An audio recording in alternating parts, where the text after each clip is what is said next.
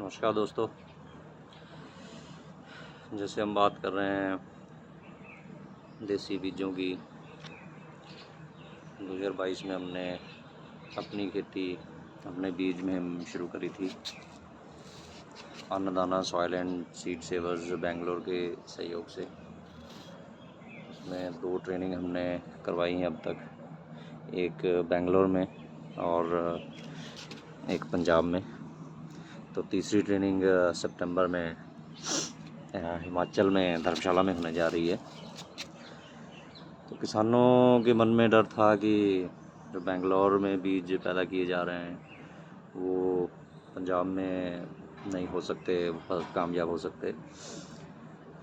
तो पिछले 2 साल में ये वहम तो हमने किसानों का निकाल दिया है, डर जो है वो ख़त्म कर दिया है, सब कुछ सामने दिखाया प्रैक्टिकली। तो उसी के चलते ये एक बैंगन की किस्म है पर्पल क्लस्टर। 2022 में हमने एक वैरायटी लगाई थी ग्रीन क्लस्टर। तो ये करीबन 2-2.5 इंच लंबा और आधा इंच मोटा ये बैंगन है। छोटे छोटे बैंगन होते हैं, बैंगनी हम पंजाबी में जैसे बोल देते हैं इसको। तो ये बैंगनी है। तो कुदरत में देखो कैसे कैसे रंग बिखेरे हैं कि एक ही शेप, एक ही साइज़, 2 रंगों में वो बैंगन दिए हैं। लेकिन हमारे यहाँ आम जो जैसे दिखते हैं वो गहरे बैंगनी रंग के होते हैं, बीच में इनमें कुछ सफ़ेद भी आते हैं। तो सभी को शायद लगता है कि यही रंग जो हैं वो उसी के बैंगन होते हैं, क्योंकि जैसे कहावत है जो दिखता है वही दिखता है। तो कईयों को हैरानी भी होगी कि ऐसे कैसे ये कलर अलग अलग हो सकते हैं। और कई तो ये भी सवाल कर रहे हैं कि ये हाइब्रिड होंगे, कि हाइब्रिड जो है उसी में रंग आ सकते हैं, क्योंकि हाइब्रिड भी तो कहीं ना कहीं हाइब्रिड जो है वैसे ही देसी जो किस्में हैं उसी से लेके बनाए हुए हैं। तो ये तो वहम किसानों का निकल चुका है कि बेंगलोर के होते हैं, और ये भी आपको दिखा दिया कि कैसे रंग बिरंगे बैंगन जो कुदरत में मौजूद हैं। तो हाइब्रिड भी ऐसे ही किस्मों के से लेके तैयार किए गए हैं। हाइब्रिड बीज ऐसे तैयार किए जाते हैं कि उससे दोबारा बीज तैयार नहीं हो सकता।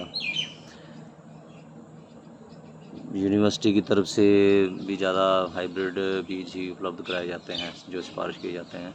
वो भी उतनी मात्रा में नहीं होते कि सभी किसान जो है वो खेती कर सके। और बीज पैदा करने की कोई ख़ास ट्रेनिंग भी जो है वो यूनिवर्सिटी की तरफ से नहीं दी जाती।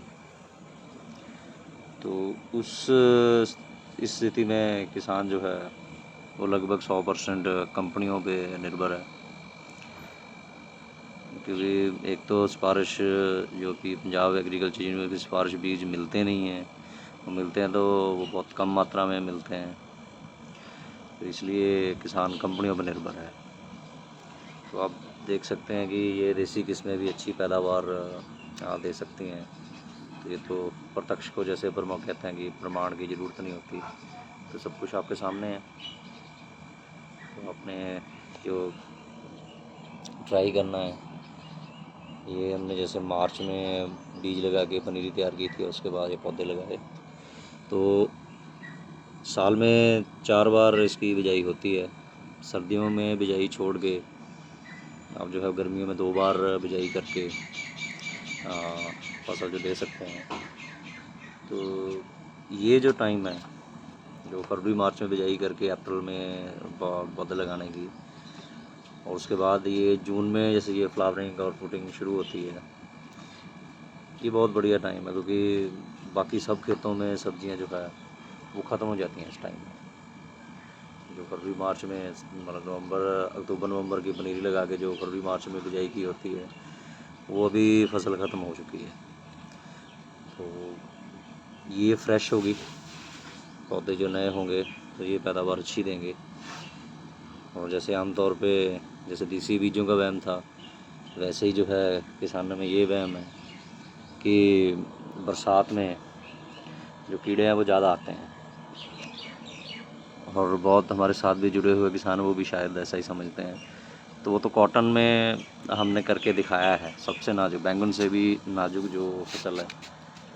2016 से हम लगातार दिखाते आ रहे हैं। 2001 से 1-2 से डॉक्टर दलाल लगे हुए थे, 2001-2 से लेके 2013 तक उन्होंने किसानों को 10-12 साल बताया, और पिछले 8-9 सालों से हम बताते आ रहे हैं।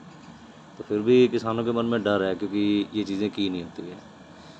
जो फसल मार्च या फरवरी मार्च में लगी हुई है, जो पनीरी अक्टूबर में तैयार करके अक्टूबर नवंबर में फरवरी मार्च में लगाए हैं, उसकी उम्र अब ख़त्म हो चुकी है।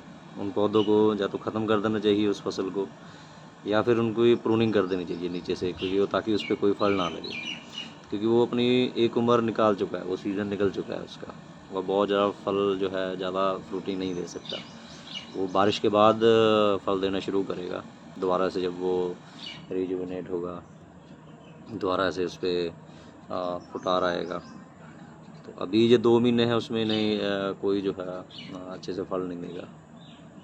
केमिकल खेती करने वाले भी किसान भी जो हैं वो स्प्रे करना छोड़ देते हैं, तो उसी का वो मन में बैठा हुआ है। देखिए, मतलब तजर्बे करने के बावजूद भी वो जो चीज़ नहीं की होती, तो मन में है कि चलो कॉटन पे तो हो गया, लेकिन बैंगन की अगर फसल लगाएंगे तो उसको कीड़े जो खा जाएंगे सारे के सारे। उस फसल को कीड़े नुकसान करेंगे जो फरवरी मार्च में लगे, जिसका टाइम पीरियड जो ख़त्म हो चुका है, लेकिन खेत में फिर भी खड़ी रखी है। लेकिन जो फ्रेश फसल है, तो जैसे ये लगाई है, अभी इसका देखेंगे, बरसात शुरू नहीं हुई है, अभी तो गर्मी है काफ़ी, कि कीड़ों का कितना प्रकोप होता है, तो कितने कीट आते हैं। तो अभी जैसे गर्मी है, इसमें 1 हफ्ते में सिर्फ 2 ही कीट फंसे थे, तो अभी तो कोई ख़ास कीड़े नहीं हैं। तो 10-12 पौधे हमने लगा रखे हैं, 5-6 पौधे पड़ोसियों ने भी लगा रखे हैं, तो इससे पता चल जाएगा कि कितने कीट इसमें आ रहे हैं। बैंगन काने होंगे उससे तो पता चलता ही है।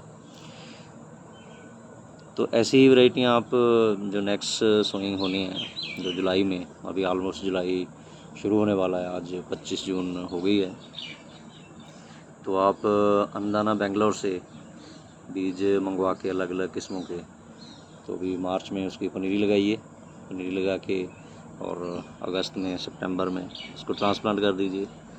तो आपके दिसंबर तक बड़े आराम से पौधे जो हैं फल देंगे, और आप अगली इसी साल के लिए बीज भी तैयार कर सकते हैं। 2-4 बैंगन भी आपने अगर पका लिए, तो आपका करीबन 1 एकड़ का बीज जो है वो तैयार हो जाएगा। तो आपको बताया ही है कि कैसे इसकी शुद्धता मेंटेन रखनी है, तो वो सारे प्रोटोकॉल फॉलो करके, या आप यूनिवर्सिटी से ट्रेनिंग ले सकते हैं। और जो देसी कुदरती खेती में कैसे बीज तैयार करने उसकी ट्रेनिंग लेना चाहते हैं, तो उनके लिए अन्नदाना की ओर से हिमाचल में धर्मशाला में सितंबर में 20 सितंबर से 22 सितंबर तक एक ट्रेनिंग लगाई जा रही है। उसकी डिटेल भी जल्दी आपको शेयर कर देंगे, तो वहाँ जाके प्रैक्टिकल ट्रेनिंग ले सकते हैं। तो बीज आप मंगवा के ट्राई ज़रूर करिए, ये बिजाई का सही टाइम है। तो आप पनीरी लगा सकते हैं अभी बीज मंगवा के, और ख़ुद आप इसको टेस्ट कर सकते हैं। तो ये कुदरत का करिश्मा आप अपने आँखों से देख सकते हैं। ग्रीन क्लस्टर और पर्पल क्लस्टर दोनों के बीज मंगवाइए, तो आपको खुद समझ में आ जाएगा कि कुदरत ने हमें कितने रंग दिए हैं, और उस रंग में हमारे वैज्ञानिक कैसे भंग डाल रहे हैं। और सिर्फ उसी रंग में भंग नहीं डाल रहे हैं, किसानों को भी जो है आर्थिक, मानसिक और सामाजिक तौर पे नुकसान पहुंचा रहे हैं। तो किसानों को बचना है तो खुद को बचाना सीखना आना चाहिए। अगर बीज आपके पास हैं तभी किसान आत्मनिर्भर है, तभी वो किसी से लड़ सकता है, क्योंकि बीज ऐसा हथियार है जो अगर आपसे छीन लिया गया तो आपके पास कुछ भी नहीं बचेगा। क्योंकि खेती तो अब बिना मिट्टी के भी होनी शुरू हो गई है, बिल्डिंग में खेती होना शुरू हो गई है। तो आप समझ सकते हैं कि मिट्टी के बिना खेती हो सकती है, लेकिन बीज के बिना खेती नहीं हो सकती। तो बीज संभालिए, ट्राई ज़रूर कीजिए। यूनिवर्सिटी की भी जो बैंगनियाँ हैं वो ट्राई कीजिए, जो किस्में हैं, ज़्यादातर किस्में नॉन हाइब्रिड ही हैं। जो भी बीज, जितना भी बीज मिलता है तो उससे आप खेती फसल लगाइए और अपने बीज तैयार कीजिए। तो जितने हो सके बीज संभालिए, क्योंकि सरकार यूनिवर्सिटी का कुछ नहीं पता कब ये इसको बीटी बना दें और सारा कुछ हमारे हाथ से निकल जाए। धन्यवाद।